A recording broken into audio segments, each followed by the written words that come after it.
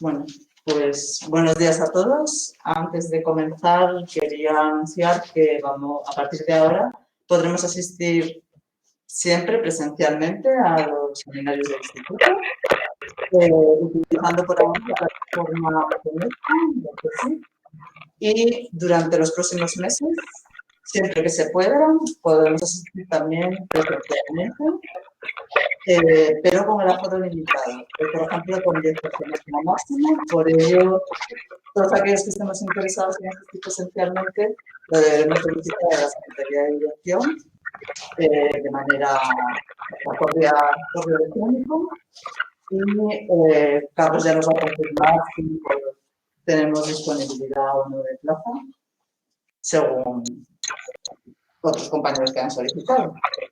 Y bueno, sí, por favor, aquellos que tenéis el micrófono encendido, ¿podréis apagarlo, por favor? Aquí veo, Carlos, creo que lo has dejado encendido. No, solo está escuchando, Carlos. No está escuchando. ¿Es que solo está escuchando? Pues entonces igual mi propio micrófono nuestro. ¿Ha sido la nada, si crees? Vale. Bueno, pues ahora comenzamos con el seminario presentando a nuestro conferenciante. Es Sergio Villamayor Tomás, investigador Ramón y Cajal del Instituto de Ciencias y Tecnologías Ambientales de la Universidad Autónoma de Barcelona. Anteriormente fue investigador Marie Curie en ese mismo instituto, investigador en el Instituto Federal Suizo para el estudio de nieve, bosques y paisaje, y profesor asociado en la Universidad Humboldt de Berlín. Sergio es politólogo de formación, estudió en la Universidad Autónoma de Barcelona y en la Escuela de Ciencias Políticas de París, y tiene un doctorado en gestión pública y ambiental por la Universidad de Indiana. Se ha especializado en el estudio de la gestión de riego y adaptación al cambio climático a nivel local, pero también ha trabajado en otros temas como políticas agroambientales y gestión de agua y energía.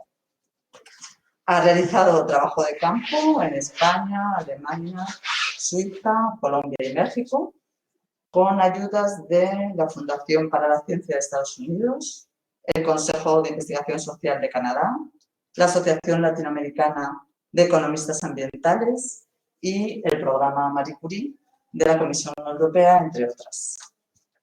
Además, Sergio es editor en jefe de la Revista Internacional para el Estudio de los Comunes y editor asociado de PLOS ONE. Y hoy en el seminario nos vas a dar unas pinceladas, ¿no?, de los trabajos que o los estudios recientes sobre gestión de agua de riego y suelos desde la perspectiva de las ciencias sociales y su propia experiencia investigadora, y nos va a avanzar también una agenda de nuevos de temas que podrían ser interesantes para el instituto. Pues cuando quieras, por favor, los comentamos. Muchísimas gracias. Muchas gracias al Centro Experimental Aula Dei por la invitación, en particular a Jorge Álvaro y a Jesús Val, y a todos vosotros por hacer el esfuerzo de venir presencialmente aquí, y a los que estáis pues asistiendo remotamente. Bueno, pues son tiempos un poco difíciles para hacer huecos para presentaciones. Sí, lo que quiero hacer es hablar un poquito de... Voy a poner la presentación... Ahí. Bueno, hablar un poco de la investigación parte de la investigación que se está haciendo en torno a la conservación o gestión de agua y conservación de suelos, desde mi propia experiencia, que es la de las ciencias sociales, concretamente la de la economía institucional y, en parte, la del análisis de políticas públicas. He dividido la presentación como en dos partes. La primera parte va a ser la más larga y la segunda parte en realidad son dos slides. En la primera parte me gustaría hablar un poco del trabajo que he hecho en torno a la gestión del riego por parte de comunidades navegantes frente al cambio climático, y también en torno a las políticas agroambientales, concretamente a las llamadas medidas agroambientales que están incluidas en la PAC. He dividido un poco esta exposición de manera que podáis ver un poco bueno, cómo se pueden estudiar estos temas desde diferentes metodologías, que es algo en lo que yo pues, estoy bastante interesado. Y después, nada, me gustaría terminar la presentación con un par de diapositivas con algunas ideas de investigación a futuro que creo que podrían encajar con algunos de los trabajos que se están haciendo aquí en la estación. Comenzaré con la parte de adaptación colectiva en el regadío. Esta va a ser la parte más larga porque es en la que más he trabajado desde mis comienzos en el programa de doctorado en Indiana, en la Universidad de Indiana. Yo he estudiado la gestión del agua de riego desde el punto de vista de la cooperación. Como ya sabéis, el agua de riego está gestionada en muchos países por parte de comunidades de regantes o asociaciones de usuarios de manera directa y cooperativa. Se les entrega a los usuarios unos derechos de propiedad colectiva y ellos se tienen que autoorganizar. Dicha autoorganización no es trivial porque, como ya sabéis, os podéis imaginar, pues tiene algunos desafíos de carácter social. Mucha de la investigación que se hizo hasta hace 15 años tenía que ver precisamente con tratar de entender en qué medida usuarios directos son capaces de autoorganizarse para gestionar los recursos de manera cooperativa. Desde hace unos 15 años, con el aumento creciente del interés sobre el cambio climático, la agenda se ha empezado a focalizar más en torno a estudiar la capacidad que tienen estos usuarios de adaptarse de manera colectiva al cambio climático, más concretamente a sequías. Este es un poco el tema que yo abordé en mi tesis doctoral. Lo abordé de diferentes maneras. Una de ellas fue a través de un estudio estadístico que estudiaba las, por entonces, cerca de 50 comunidades de regantes del sistema de riego de Alto Aragón, que me imagino que conocéis muy bien también. Y aquí lo que quería hacer era explorar en qué medida las diferentes comunidades de regantes habían sido capaces de hacer frente a una sequía muy fuerte que recordaréis que hubo en el 2005.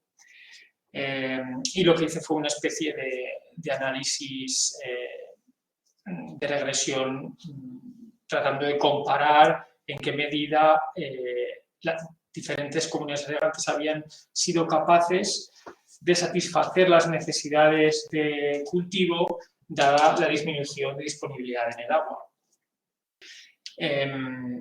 Entonces, bueno, como podéis ver aquí, exploré la influencia de diferentes variables que se habían apuntado en la literatura como que podían contribuir a la cooperación, que en este caso entendía como precisamente esa capacidad de reducir colectivamente las necesidades de agua, reduciendo las necesidades de los cultivos, cambiando de cultivos, por ejemplo. Y bueno, pues algunas de las cosas que encontré tienen que ver con la importancia del liderazgo, que en este caso está medida como el número de años que los presidentes de las comunidades de regantes habían estado en ese puesto, entendiendo que cuantos más años tienen más experiencia a la hora de coordinar a los regantes, pero también el hecho, por ejemplo, de que los regantes o las comunidades de regantes tuviesen guardas que sí que se encargó de verificar que las diferentes reglas de gestión, particularmente durante las sequías, se cumplían. No todas las comunidades de regantes en riegos de Alto Aragón cuentan con dichas guardas ni con medidas específicas de supervisión durante sequías. Otro de los resultados que encontré que creo que es interesante tiene que ver con los tipos de suelos que predominan en cada una de las comunidades de regantes. Aquí hydric soil se refiere a suelos fuertes de zonas aluviales, normalmente cercanas a los ríos, y también, bueno, pues según la revisión parecía apuntar que comunidades regantes que están situadas más en las zonas aluviales eran más capaces de hacer frente a las sequías. Esto tiene que ver con la capacidad, como ya de sobras sabéis nosotros, de retención del agua de dichos suelos. Bueno, un aspecto muy peculiar de Riegos del Tarragón tiene que ver con el hecho de que Riegos del Tarragón establece un sistema de redistribución del agua entre las comunidades de regantes y, bueno, lo que parece apuntar a la regresión es que aquellas comunidades de regantes que eran capaces de captar agua de otras comunidades de regantes a través de estas transferencias, pues también lo hacían mejor.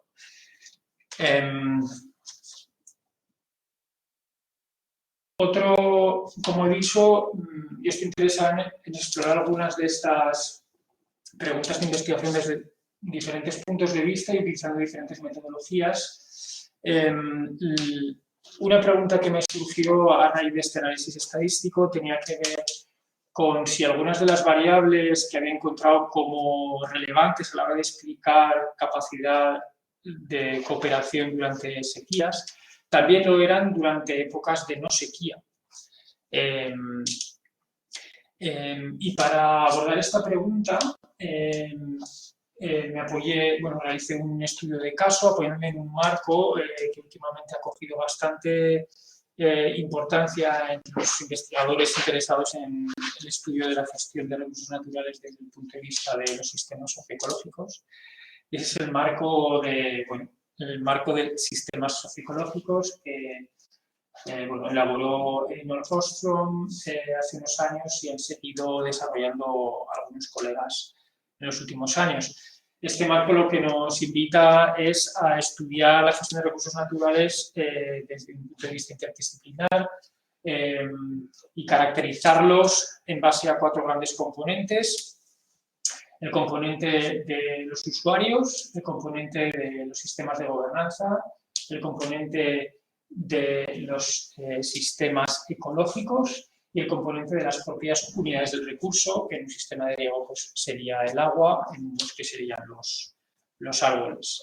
En un sistema de riego el sistema de recursos sería no solo el paisaje y la propia fuente de agua, como pueda ser bueno, la zona de captación de agua o el acuífero, sino también la propia infraestructura del sistema.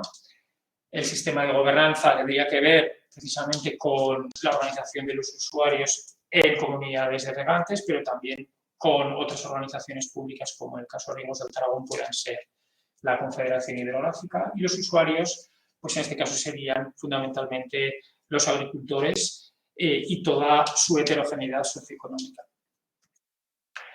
Simplemente apuntar que este es un marco que se ha desarrollado bastante, cada uno de los componentes se ha desarrollado en diferentes variables que se pueden agregar de diferente manera y el objetivo es un poco caracterizar sistemas socioecológicos de una manera configural, es decir, tratar de identificar cuáles son las variables en sus diferentes naturalezas que nos ayudan a explicar los fenómenos, ¿no? Y cómo se interaccionan. Y eso es un poco lo que yo hice tomando el sistema de riegos del Tarragón en su conjunto, ya no centrándome en las comunidades regantes como casos en un análisis estadístico, sino más como un estudio de caso en su conjunto. Aquí lo que podéis ver es, en las 2 últimas columnas, una apreciación cualitativa de las diferentes variables en función a si estas variables jugaban un papel importante o no durante épocas de disponibilidad normal de agua, que sería el año 2004, y durante épocas de disponibilidad escasa de agua, como fue la sequía del 2005. Antes de revisarlos, me gustaría también apuntar que aquí podéis ver un poco lo que sería el resultado de la gestión del conjunto de sistemas de riegos del Tarragón, en el que podemos ver que en el 2004 había alta disponibilidad de agua, pero en el 2005 había muy poca, Sin embargo, lo que fue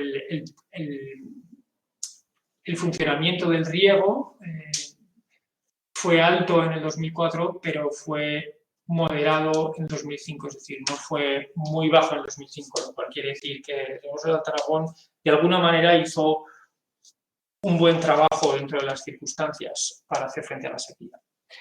Sin embargo, lo que podemos ver es que algunas de las variables que en mi juicio tuvieron bastante relevancia durante la sequía, como pueda ser el liderazgo que he comentado antes, en épocas de no sequía no tienen tanta importancia. Esto tiene que ver con el hecho de que, bueno, según he aprendido estudiando estos temas de riego, los presidentes de las comunidades de regantes o incluso los secretarios, cuando hay buena disponibilidad del agua, no tienen que... Su labor es bastante reducida. Como muchas veces me dicen, si todo va bien, nadie levanta la voz, nadie nos consulta, todo funciona bien. Cuando las cosas van mal es cuando nuestra labor juega un papel más importante, ¿no? Eso es algo que también observé con lo que son las asambleas de las comunidades de regantes. Es la misma idea, ¿no? En épocas normales de sequía, las asambleas donde se toman las decisiones, que es una variable que se ha apuntado como muy relevante en la teoría para entender la cooperación, lo que he visto es que, bueno, en épocas normales de sequía casi nadie asiste a las reuniones, todo funciona y por lo tanto no se ve tan importante asistir a las reuniones. Sin embargo, cuando hay sequía la gente asiste mucho más a las reuniones y estas reuniones se convierten en algo mucho más relevante. Esta tabla también se puede leer de manera vertical, por decirlo así, y lo que podemos ver es que diferentes variables, o tomando fotografías en el 2004 y en el 2005, vemos diferentes configuraciones de variables relevantes, ¿no? Y es a lo que me refería antes con el análisis configuracional de los sistemas socioecológicos, que es algo que me interesa bastante. Y es precisamente basándome en ese interés por entender los sistemas socioecológicos desde un punto de vista configuracional, que más recientemente hemos realizado con unos colegas un estudio de nuevo más pormenorizado por comunidades de regantes, en el que tratamos de agrupar las comunidades de regantes por tipos, ¿no? Entendiendo que igual algunas de las trayectorias de adaptación en las comunidades de regantes se pueden entender mejor en función a los tipos de comunidades de regantes que hay. Entonces hicimos basándome también en los datos que había recogido para mi tesis doctoral, hicimos un análisis de clúster en el que surgieron 4 grandes grupos, ¿no? Que se corresponden de alguna manera con la literatura. 4 grandes grupos que se pueden reagrupar en 2, que sería el grupo de las comunidades de regantes llamadas a la americana y el grupo de las comunidades de regantes llamadas a la asiática. Las comunidades de regantes a la americana son comunidades de regantes relativamente grande, con explotaciones grandes, agricultores bastante profesionalizados, las asociaciones también están bastante profesionalizadas. La gestión se produce mucho a través de reglas relativamente formalizadas. Las comunidades regantes a la asiática son comunidades regantes más pequeñas, con explotaciones más pequeñas, en las que la gestión se produce más a través del capital social, las relaciones interpersonales, etcétera, etcétera. Son las comunidades que quizá aquí en España tendemos a llamar como comunidades tradicionales. Lo que vimos en este análisis de clúster es que surgían 2 subtipos que tienen que ver con la propia historia de Riegos del Alto Aragón y yo diría que también del regadío en España. Y son 2 subtipos que se diferencian por las inversiones que se han hecho en cada uno de estos tipos más grandes por modernizar. Así vemos, por ejemplo, que hay un grupo de comunidades de regantes a la asiática que en los últimos 10 años han hecho grandes inversiones en modernizar. Es el grupo de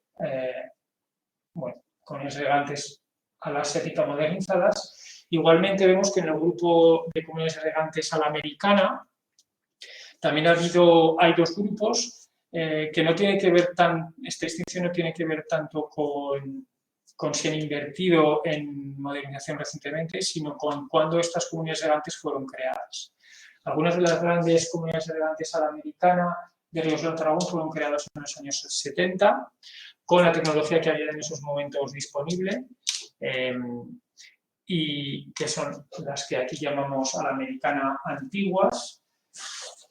Pero también hay otras comunidades de regantes a la americana que se han creado en los últimos 10-15 años y que tienen tecnologías más sofisticadas, como pueden ser riego por aspersión o goteo, y canales secundarios ya entubados, por ejemplo, ¿no? Lo que vimos después de este análisis es que diferentes tipos de comunidades regantes desarrollan diferentes trayectorias de adaptación. Y algo que nos dicen los resultados es que, por lo que vemos, las trayectorias de adaptación de las comunidades regantes a la americana son bastante homogéneas y tienden a girar en torno a la utilización de tecnología de riego bastante eficiente, riego por aspersión, riego por goteo. Mientras que en las comunidades regantes a la asiática vemos que hay una mayor diversidad de trayectorias de adaptación, más difícil de sistematizar o de encontrar un patrón, ¿no?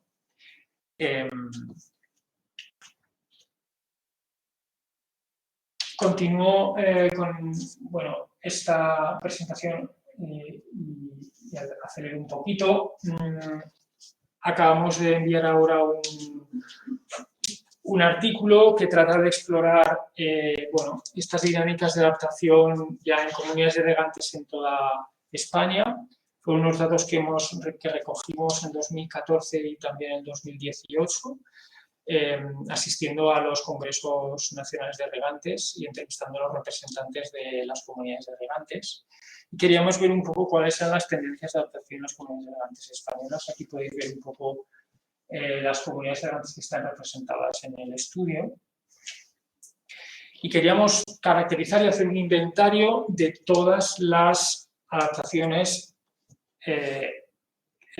específicamente que se habían desarrollado en estas comunidades regantes para hacer frente a las sequías, ¿no? Y bueno, sin profundizar mucho, hemos dividido las adaptaciones entre adaptaciones que los regantes tomaban por su cuenta y adaptaciones que las comunidades regantes promocionaban, y adaptaciones que eran más a largo plazo y requerían más planificación, y adaptaciones que son más cortoplacistas y requieren menos adaptación. Y lo que hemos visto es que es bastante importante que los procesos de adaptación a las comunidades regantes tienden a girar bastante en torno a la capacidad de los propios regantes de adaptarse a nivel individual, ¿no? Y que es a partir de ahí desde donde uno podría entender que se generan las diferentes dinámicas de adaptación, tanto a nivel ya más colectivo como a nivel más a corto plazo. Bueno, hemos hecho también un análisis para entender en qué medida las comunidades regantes son más o menos capaces de promover diferentes tipos de adaptación.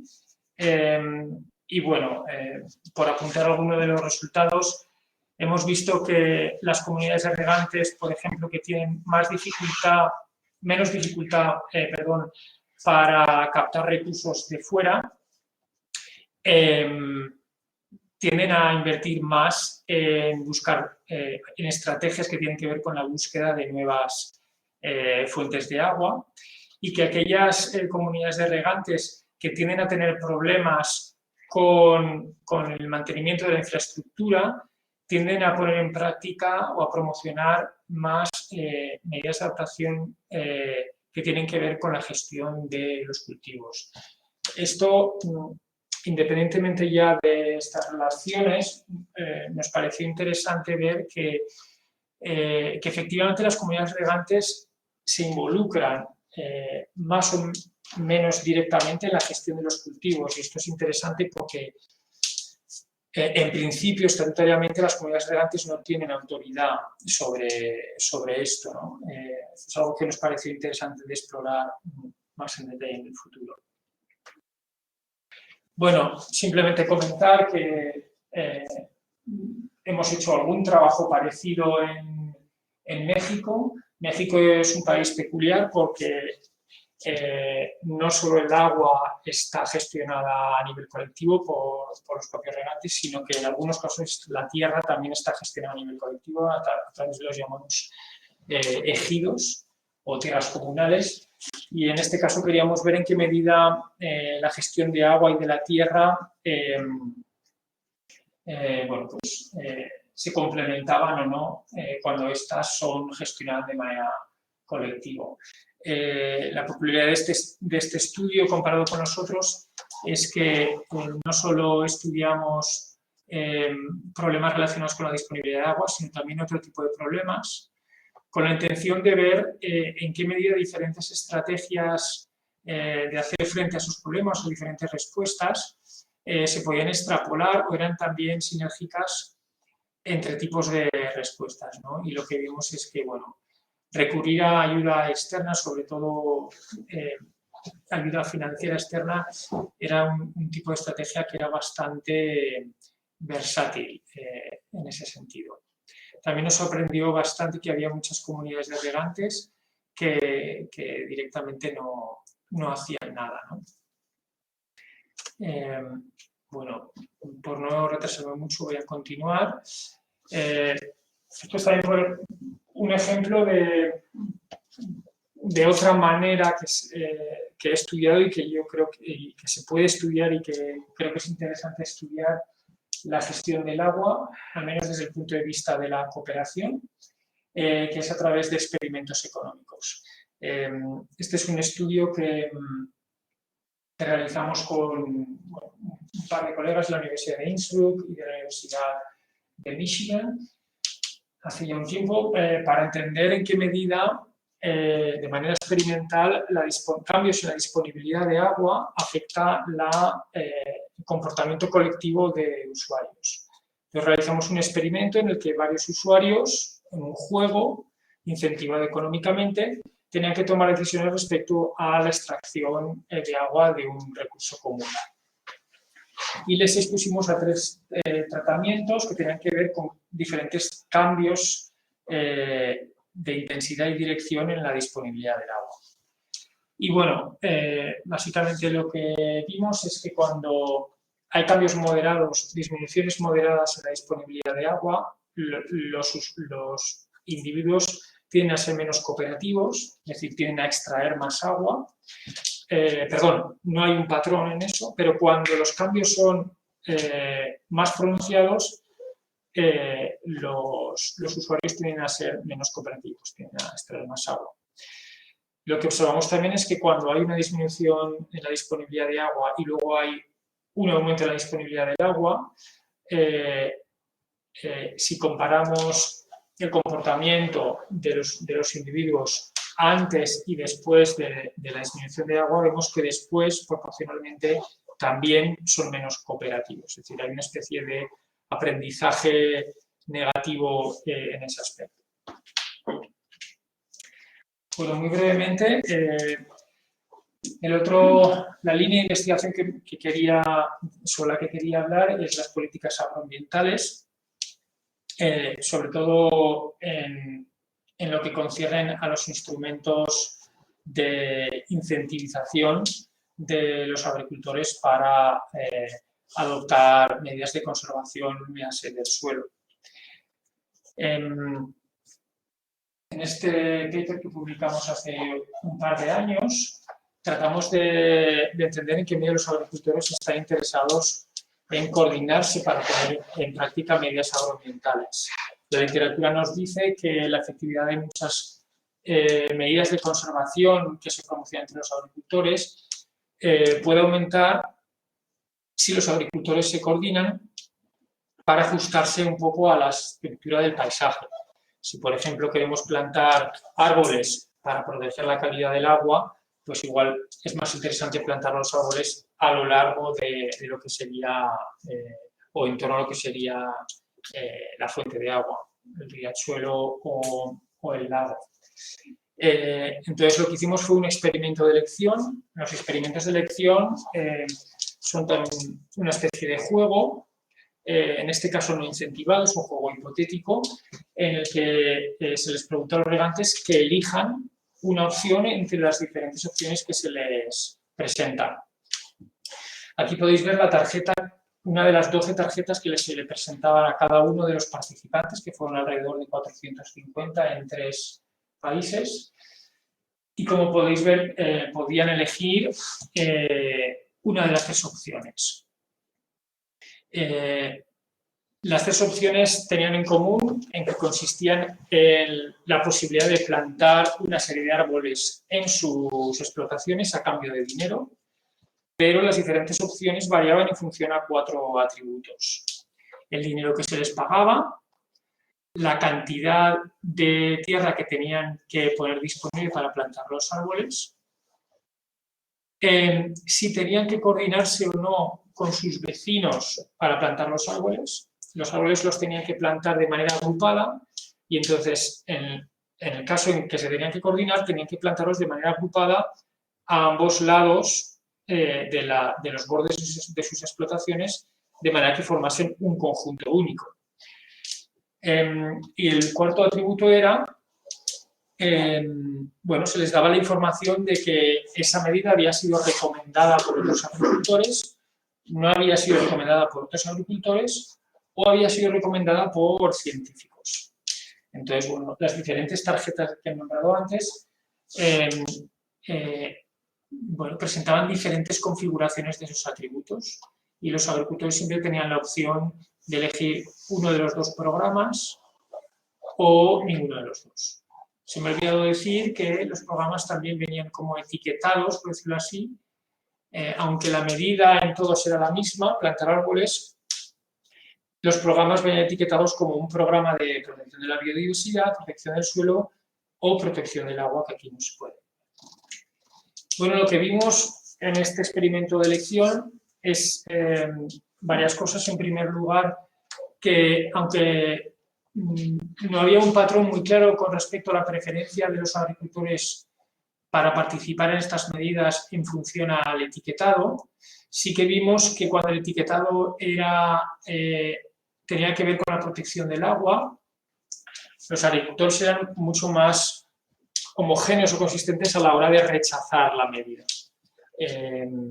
Lo cual es interesante porque nos dice bastante sobre las percepciones de los agricultores, ¿no? O sea, la medida era la misma, pero en función a cómo se etiqueta, cambian las percepciones. Y esto es interesante porque, bueno, como sabemos, medidas de conservación tienen muchos efectos, tienen efectos beneficiosos para el medio ambiente de muchas diferentes maneras. En realidad nosotros no estábamos mintiéndole a los agricultores cuando los etiquetábamos de una manera u otra, simplemente estábamos poniendo énfasis en algunos de los servicios que plantar un árbol en una explotación agrícola pueden tener. Otro de los patrones que parecen emerger es que, bueno, a los agricultores no les gusta coordinarse entre ellos. Por cierto, no lo explica muy bien, pero estos son los modelos en los diferentes países, España, Alemania, Suiza, y este es el modelo para toda la muestra. Y esto, bueno, es algo que ya nos esperábamos, que confirma nuestras expectativas y, bueno, ahora lo que nos interesa es saber un poco a qué se debe ello. Estamos trabajando en un paper que viene un poco a también conceptualizar mejor qué es esto de la coordinación a la hora de plantar árboles o poner en práctica cualquier medida de conservación. Porque no solo, hay diferentes como capas de coordinación. Los agricultores pueden coordinarse o no a la hora de decidir o no si participar en el programa, por ejemplo. Pueden coordinarse o no a la hora de decidir dónde o de qué manera participar en el programa, como en el caso de nuestro experimento donde colocamos los árboles. Pero también han de coordinarse los que participan y los que no participan en el programa, porque en muchos casos comparten linderos, ¿no? Comparten áreas y puede haber externalidades de unos a los otros, ¿no? Y bueno, también, si os habéis dado cuenta, no es un patrón muy claro, pero parece que cuando las medidas eran recomendadas por los propios agricultores, estos también tenían más tendencia a aceptarlas. Es precisamente este último resultado que también inspira un poco otro aspecto que me interesa a mí y que creo que se ha estudiado poco con respecto a las políticas agroambientales y los sistemas de asesoramiento al agricultor más generalmente. Los sistemas de asesoramiento al agricultor, como ya sabéis, han sufrido una transformación bastante profunda en los últimos 20 años, con el desmantelamiento de lo que eran los servicios de extensión agraria públicos, y para rellenar ese espacio ha surgido una cantidad muy diversa de diferentes actores que de una manera u otra suplen esa labor de asesorar al agricultor, ¿no? Lo que nosotros queríamos hacer en este estudio es ver en qué medida, por un lado, caracterizar ese sistema de asesoramiento al agricultor, para el caso de Aragón, el caso de un cantón en Suiza y un caso alemán, y ver también en qué medida esos actores de asesoramiento jugaban un papel y qué papel a la hora de promocionar o ayudar a poner en práctica medidas agroambientales en sus diferentes etapas, como veis aquí. Estas son las diferentes etapas de la puesta en práctica, diseño y puesta en práctica y verificación de las medidas agroambientales. Y estos son los diferentes actores para el caso de Aragón que encontramos, ¿no? Aquí en su versión como más local y aquí en su versión más federada o a una escala mayor. Y bueno, lo que vimos es que diferentes actores se especializan en diferentes tipos de funciones o papeles a lo largo del proceso de diseño y puesta en práctica de las medidas agroambientales. Nos llamó mucho la atención que los bancos, las oficinas locales de los bancos juegan un papel muy importante a la hora de ayudar en la puesta en práctica. Como ya probablemente sabéis, se ofrecen muy gustosamente a los agricultores para gestionarles todo el papeleo de las medidas agroambientales a cambio de abrir una cuenta de los bancos locales. Las asociaciones de agricultores también juegan un papel importante, sobre todo en las primeras fases, en el diseño de las medidas, como lobby, para promocionar algunas medidas o evitar que se eliminen otras. Las federaciones de cooperativas también juegan un papel importante en esas primeras fases, pero también muy importante en muchas otras. Las federaciones de cooperativas, la verdad es que es un actor que ha surgido como muy importante. Otra cosa que hemos visto es que hay una especie de división del trabajo implícita entre los diferentes agentes. Por ejemplo, a la hora de hacer el papeleo, las oficinas de los bancos tienden a elegir solo los casos fáciles, pequeños agricultores, y tienden a derivar los casos más difíciles, agricultores más grandes, hacia las cooperativas. Y, por ejemplo, las consultoras pues tienden a especializarse en agricultores también más grandes con mayor poder adquisitivo. Y nada, los dos últimos diapositivas. Algo en lo que me gustaría trabajar y que creo que puede ser algo interesante a explorar con los colegas de la estación experimental, tiene que ver precisamente con explorar un poco más en profundidad bueno, las oportunidades y desafíos de poner en práctica medidas agroambientales de manera coordinada, pero también ver un poco la efectividad que dicha coordinación tiene desde el punto de vista ecológico, ¿no? En la propia conservación del agua y sobre todo la propia conservación de los suelos. Aquí podéis ver diferentes configuraciones de cómo se podrían plantar árboles, ¿no? En función a diferentes objetivos de conservación. Y bueno, aquí es una representación más estilizada de los desafíos de coordinación que podrían surgir entre agricultores que participan en una medida agroambiental, véase de conservación de suelos, y aquellos que no participan, ¿no? Y para finalizar, bueno, relacionado con la primera de las líneas de las que estaba hablando, que es la gestión del agua de manera colectiva, hay como un tema que a mí me interesa profundizar bastante más de lo que he hecho, que tiene que ver con los desafíos y oportunidades y efectos inesperados de lo que son las modernizaciones en el regadío, ¿no? Y sobre todo los efectos inesperados que en algunos casos se ha entendido llamar como efectos de rebote, ¿no? Sé que algunos colegas de aquí, del CITA, han estado trabajando en ello y bueno, a mí me gustaría explorar un poco los efectos rebotes más allá del aumento o disminución en el uso del agua y explorarlo desde un punto de vista más psicológico, ¿no? Es decir, cuando se invierte en riegos más eficientes de aspersión o goteo, ¿qué efectos hay, por ejemplo, en los sistemas ecológicos, en la biodiversidad, en otros problemas como puede ser la conservación del suelo?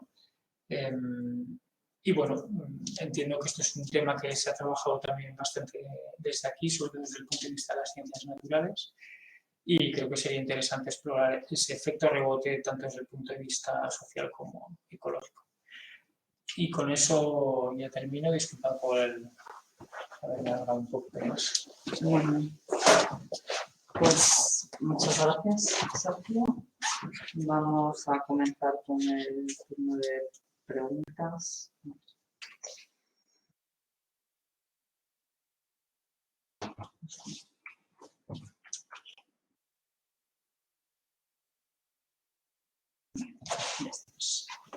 Si tenéis algunos de la sala alguna pregunta, yo creo que es mejor que os acerquéis aquí porque la cámara, si no la tengo que estar moviendo, entonces... Sí, yo creo O que se oiga ya solo. Si os venís, yo creo que es mejor. Claro, ¿Alguno de la sala tiene pregunta?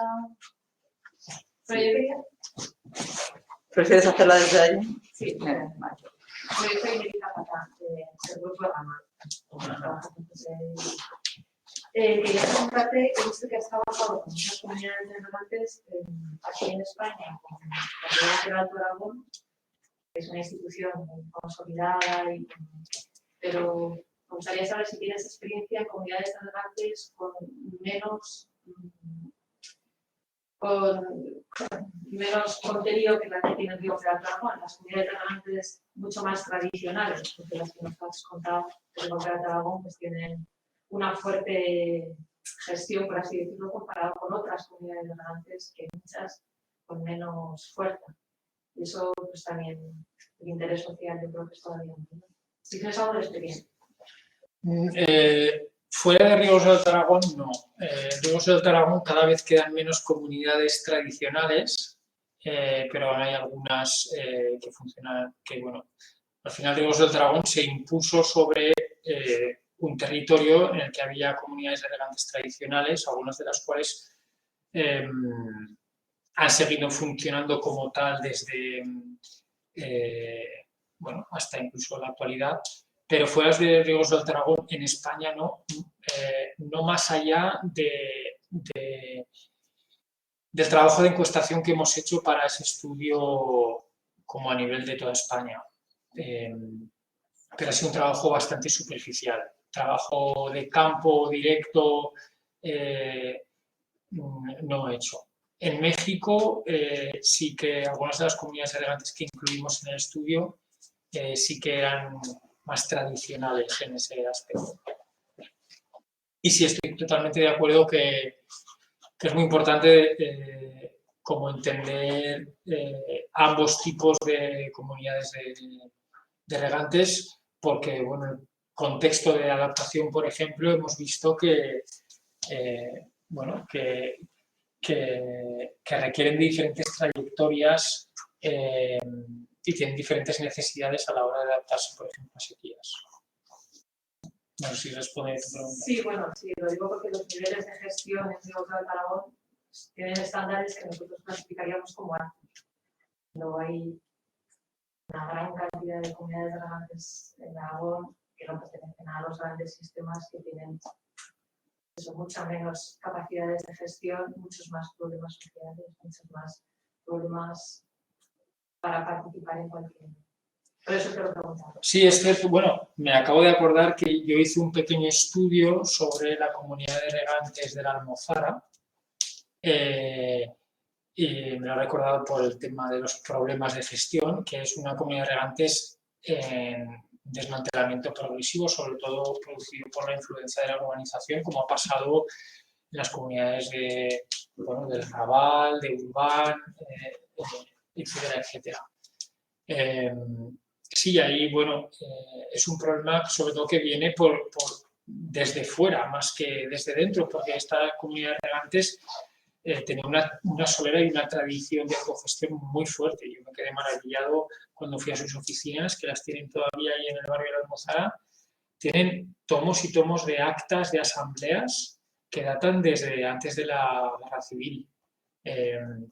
Son comunidades muy bien organizadas, pero que han tenido que hacer frente a cambios en el ambiente, económicos, sobre todo, ante los que no se han podido adaptar. De todas formas, me gustaría también apuntar que, aunque Riegos de Alta Aragón es un sistema muy bien organizado, la diversidad dentro de Riegos de Alta Aragón también es muy grande. Y de ahí viene un poco el interés de un poco crear tipologías, porque, pues hablando con el secretario general, Julio Abad, me comentaba que sí, que ahora con todo el proceso de digitalización, por ejemplo, de la gestión de las administraciones públicas, las comunidades de regantes son una administración pública, hay algunas comunidades de regantes de 50, 100 regantes que todavía existen en Riegos de Alta Aragón que no tienen capacidad, ¿no? Algunas de ellas no tienen ni guarda, que es un poco lo que tratábamos de captar en ese estudio también. Gracias.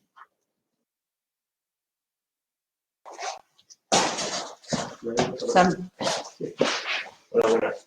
Muchas gracias por tu presentación. Yo soy Santiago de Vía, del grupo de erosión y evaluación de suelo y agua. Y me ha parecido muy interesante tu presentación. Nosotros últimamente estamos trabajando en dos proyectos con el caso de estudio de riegos del Alto Aragón, entonces mucho de lo que tú has contado me parece muy interesante y de hecho me gustaría consultar contigo algunas cosas que me han ido surgiendo. Te quería preguntar sobre todo porque nosotros estamos trabajando en estrategias de adaptación al cambio climático.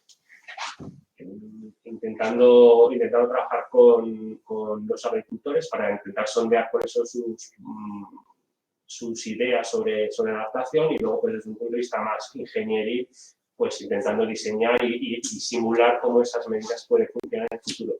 Yo te quería preguntar porque una diapositiva que tú has puesto de estrategias de adaptación a sequía, que es lo que más has trabajado tú, veo muchísimas similitudes. Quería preguntarte si crees que ese tipo de trabajo, de tu experiencia en estrategias de adaptación a la sequía, ¿en qué medidas serían extrapolables a algo a más largo plazo, pues la adaptación al cambio climático? Muy buena pregunta. No tengo una respuesta muy clara al respecto. Me imagino que te refieres a aumento progresivo de temperaturas, o sea, ¿en qué medida las respuestas ante la variabilidad climática también podrían servir a...? Claro, sí, todos estos mecanismos que se activan cuando hay una sequía, muchos de ellos en realidad pueden servir a largo plazo para adaptarse a una realidad cambiante, que es que va a haber menos, en teoría, va a haber menos disponibilidad de agua y sobre todo va a haber mayor necesidad hídrica de los cultivos. Entonces, toda esta lista de medidas pues, son muy parecidas a las que hemos estado viendo. Sí. Pero claro que he trabajado desde tu perspectiva, desde tu punto de vista, pero... Sí, es interesante. Aquí no sé si... Sí, esto tiene que ver, creo que bastante con la distinción que hacíamos en este estudio sobre medidas más a largo plazo y medidas más a corto plazo, ¿no? Medidas importantes a corto plazo, pues era simplemente reducir los cultivos de verano mientras había sequía o hacer algún tipo de intercambio de agua, esto a nivel individual, pero también se podía organizar a nivel colectivo, ¿no? Entonces, lo que hemos visto es que en general hay una relación positiva, ¿no? Es decir, aquellas comunidades que a corto plazo son capaces de armar soluciones, también lo son a la hora de armar, a corto plazo, también lo son a la hora de armarlas a largo plazo. Algo que sí que vimos un poco, aquí tiene que ver un poco con, aquí no es en la regresión, con con los efectos inesperados o negativos de lo que podría ser invertir en buscar nuevas fuentes de agua, en la medida en que eso pueda estar relacionado con problemas de mantenimiento de la infraestructura. Esta relación no es significativa en el modelo, pero creo que es importante remarcar que es una relación negativa, es decir, aquellas comunidades que no tienen problemas de mantenimiento están invirtiendo en buscar nuevas fuentes de agua, pero la pregunta que surge es si a la hora de hacerse más dependientes de nuevas fuentes de agua eso no podría crear efectos de resistencia a la hora de innovar en medidas de adaptación diferentes, ¿no? Bien. ¿Alguien más en la sala? ¿Tenéis preguntas? Jorge. Bueno, primero agradecerte, Sergio, el vídeo que sé que viene de Barcelona, que estaba ahí, que estás ahí, que has venido para dar la charla, especialmente. Les agradecértelo. Y bueno, muy interesante. Ya conocía tu trabajo, porque habíamos participado en algún proyecto junto con Carmen y por lo tanto que estaba más al tanto del trabajo que hacías. Pero darte las gracias. Yo te quería preguntar, el trabajo que has hecho, lo has enfocado, bueno, toda tu trayectoria, ¿no? Has trabajado, tal y como queda reflejado aquí la mensaje, en aspectos de adaptación, ¿no? Hoy en día, una de las cosas que se pone bastante atención y que se está, digamos, intentando transmitir es la necesidad de buscar estrategias que aunen no solo la adaptación sino la mitigación. Es decir, estrategias que tengan esa situación win-win, ¿no? En términos climáticos, que a la vez que se promueva una adaptación se promueva una mitigación. Yo no sé si eso es algo que tú has trabajado o es algún planteamiento de futuro que también planteas o tienes pensado, porque hay mucho trabajo de aspectos, digamos, de toma de datos, de cuantificación, en aspectos en agricultura, en mitigación, en muchos datos, ¿no? Aquí habla de que se trabaja, pero la parte sociológica, socioeconómica de la toma de esas estrategias de adaptación, mitigación, en ese aspecto la verdad es que hay muy poca información.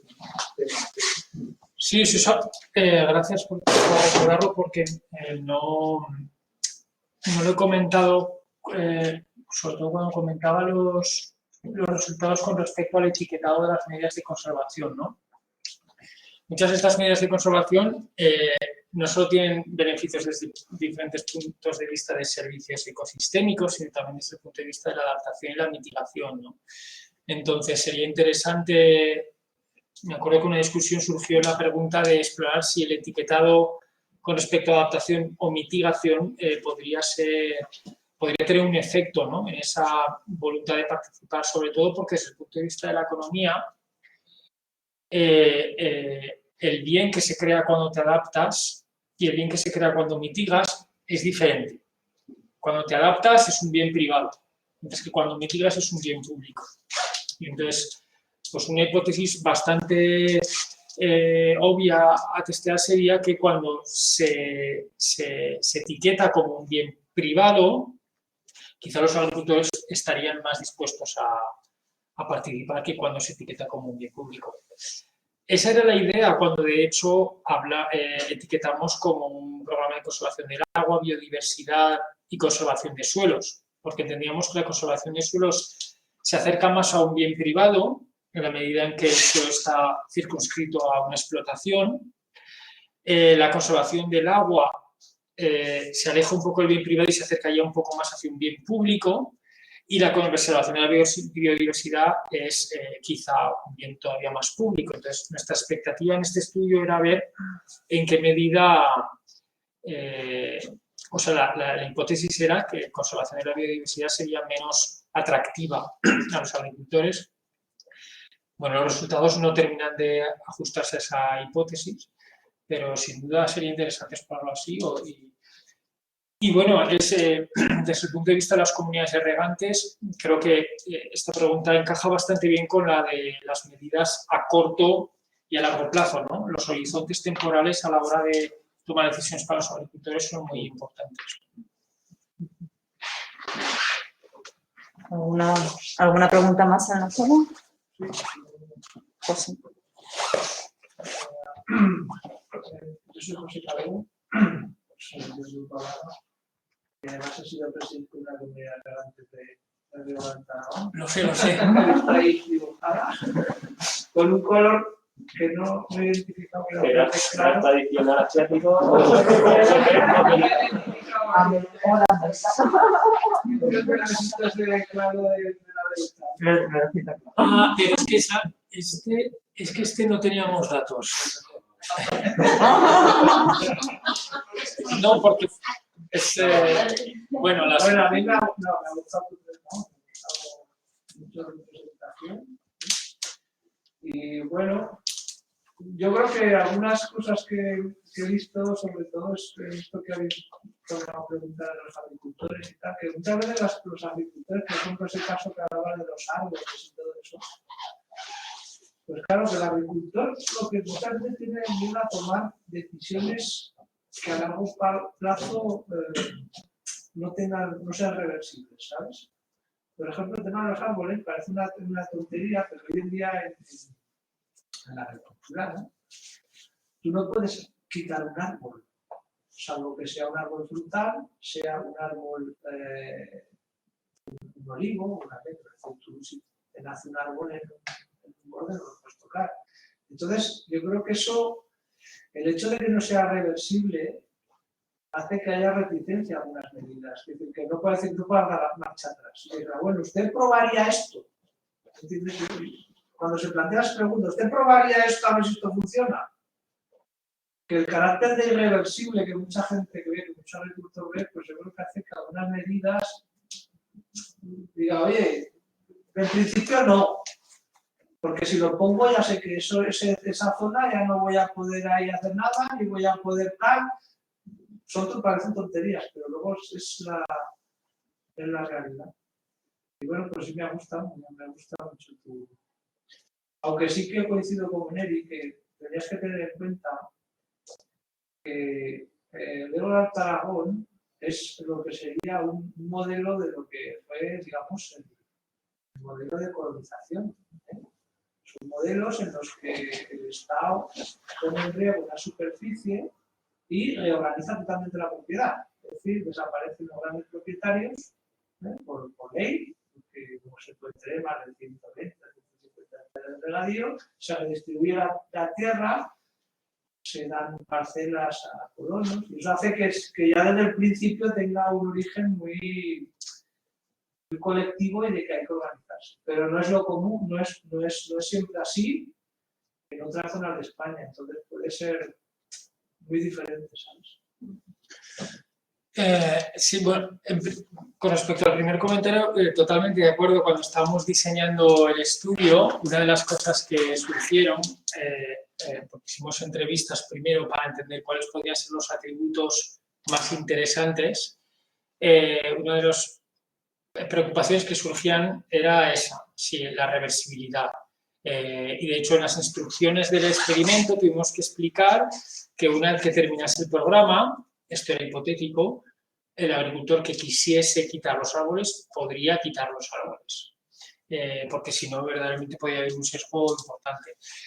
Y esto también llama la atención sobre aspectos que desde el punto de vista de la economía hasta hace muy pocos años no se han tenido en cuenta, que son todos los aspectos no económicos. El tema del papeleo, por ejemplo, es algo que los agricultores no pueden ni ver, ¿no?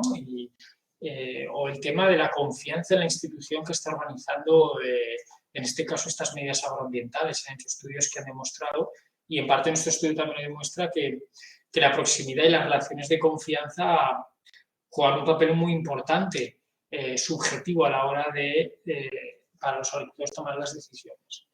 Con respecto a lo de Ríos de Alto Aragón, estoy totalmente de acuerdo, pero yo también me gustaría apuntar que una revisión histórica del caso Ríos de Alto Aragón yo creo que desmitifica también esa distinción que yo también apoyo tan clara entre sistemas de riego tradicional y sistemas de riego, proyectos de riego de colonización. La distinción existe y está muy clara, particularmente pues, si te vas a zonas periurbanas de las ciudades, como he nombrado antes, o si te vas, por ejemplo, a Valencia, en las que la gran mayoría de las comunidades tienen un origen muy tradicional. Pero precisamente cuando te vas a Valencia, ves que la Acequia Real del Júcar está haciendo unos esfuerzos ingentes a la hora de modernizar. De manera que si tú tomas ahora una foto del regadío de Acequia Real del Júcar, no sabrías si es una acequia de regadío tradicional o un proyecto promocionado por el gobierno, ¿no? Es verdad que el hecho de que el gobierno haya promocionado, incluso impuesto en algunos casos, diría yo, el regadío en algunas zonas, tiene un legado que tiene una influencia, ¿verdad? Pero ese legado y esa influencia va evolucionando y de ahí un poco es donde queremos con este estudio apuntar que no es tan fácil decir, no, están los tradicionales y están los promocionados por Estado, no, es que estos sistemas de riego en el tiempo van evolucionando y van tomando decisiones. De hecho, en el extremo uno podría decir que los sistemas, sobre todo en lo que concierne a la gestión y la estructura organizativa promocionada por el gobierno hace 50, 60 años, en realidad no es más que la gestión tradicional. Lo que hizo el gobierno fue copiar los estatutos de las comunidades de artes que ya existían. Un poco el problema fue, entre comillas, que lo copió y lo aplicó como una especie de patrón estandarizado a muchos sitios, ¿no? O sea que estoy de acuerdo, pero en parte también creo que es interesante también hilar fino con respecto a esta distinción, porque puede dar lugar no sé, a nuevas preguntas de investigación que tienen que ver con, precisamente en este caso, por ejemplo, con el papel de la tecnología y la innovación tecnológica en la propia gestión y la propia idiosincrasia de las comunidades migrantes y en su historia, ¿no? Bien. ¿Ninguna pregunta más en la sala? ¿O alguno de los asistentes online queréis hacer alguna pregunta? Sin micrófono. Y activaros el micrófono en este caso ya. O que escriban en el chat. Mira, he visto que José Luis está también conectado. Sí, lo que sí. Ana se ha ido entonces, ¿no? Ana, no, sí, se ha ido. Se ha ido. Ana Pilar. Ana Pilar. Bueno, no escribís y no solicitáis turno, o sea que considero que no vais a hacer preguntas. No, soy yo, sí. O sea que yo tengo una pregunta, no soy de la especialidad, pero me ha entrado una curiosidad cuando has estado comentando el tema en el apartado de cooperación. Has estado comentando uno de los casos que les poníais como un episodio de sequía seguido de un episodio de abundancia de agua. Y entiendo que en el próximo cambio climático nos va a venir eso, pero muy en repetidas ocasiones. No sé si el caso en el que se lo has puesto era solo único o era repetidas ocasiones. Si no fuera repetidas ocasiones, ¿cómo crees tú que reaccionaría? ¿O qué te parece? Porque no es lo mismo que te suceda una vez que te suceda durante 4 o 5 años, tengas una experiencia previa. Creo que igual. Bueno, esto era un experimento en el que les exponíamos a un solo cambio en la disponibilidad del recurso, en el que podía haber un rebote o una continuidad en la misma cantidad de recurso o un nuevo cambio hacia mayor disminución del agua. Lo que vimos es que el número había un proceso de aprendizaje pero solo un proceso de aprendizaje cuando había un efecto rebote, no cuando había un efecto de mayor disminución. Es muy buena pregunta la de poder explorar si ese aprendizaje al final terminaría diluyéndose o no. La verdad es que no conozco tampoco. Bueno, conozco experimentos que lo que hacen es cambiar la disponibilidad del recurso, si es verdad, de manera más frecuente, con una cierta probabilidad. Y entonces lo que han descubierto, encontrado es que ya no es tanto si cambia hacia arriba o hacia abajo, sino el grado de incertidumbre con el que cambia lo que agrava la no cooperación en estos casos. Vale. Pues si no hay más preguntas ni en sala ni aquellos que estáis conectados a distancia, voy a terminar agradeciendo tu presencia aquí, reiterando las palabras de Jorge y agradeciendo a todos los asistentes en sala y a los asistentes telemáticamente, que espero que repitamos un próximo seminario en el mes de finales de octubre o a primeros de noviembre con otro departamento. ¿Quieres decir algo más? No, muchas gracias de nuevo por todas las preguntas y nada, que me han dado bastante que pensar, de hecho. Así que trataré de asistir también como oyente a los próximos seminarios. Estoy muy interesado en saber más del trabajo. Muy bien, pues gracias a todos. Los aplausos ya han desaparecido. Venga, pues voy a dar por finalizada la sesión, ¿vale? Empiezo a cerrar. Parece que tienes una consulta en el chat. Ah, sí. Uy, no, sí. Espera. Sí. Volvemos a aplausos. Lo he cerrado ahora. Y haz clic Le voy a dar clic otro. y prepara abajo. Ah, sí. Vale, teníamos liado. Vale. Muchas gracias. Vale. Todo muy claro, muchas gracias. Gracias a todos por la organización del seminario. Bueno, muchas gracias a vosotros, tanto a José Luis como a Iván. Venga, ahora sí que cierro, ¿eh?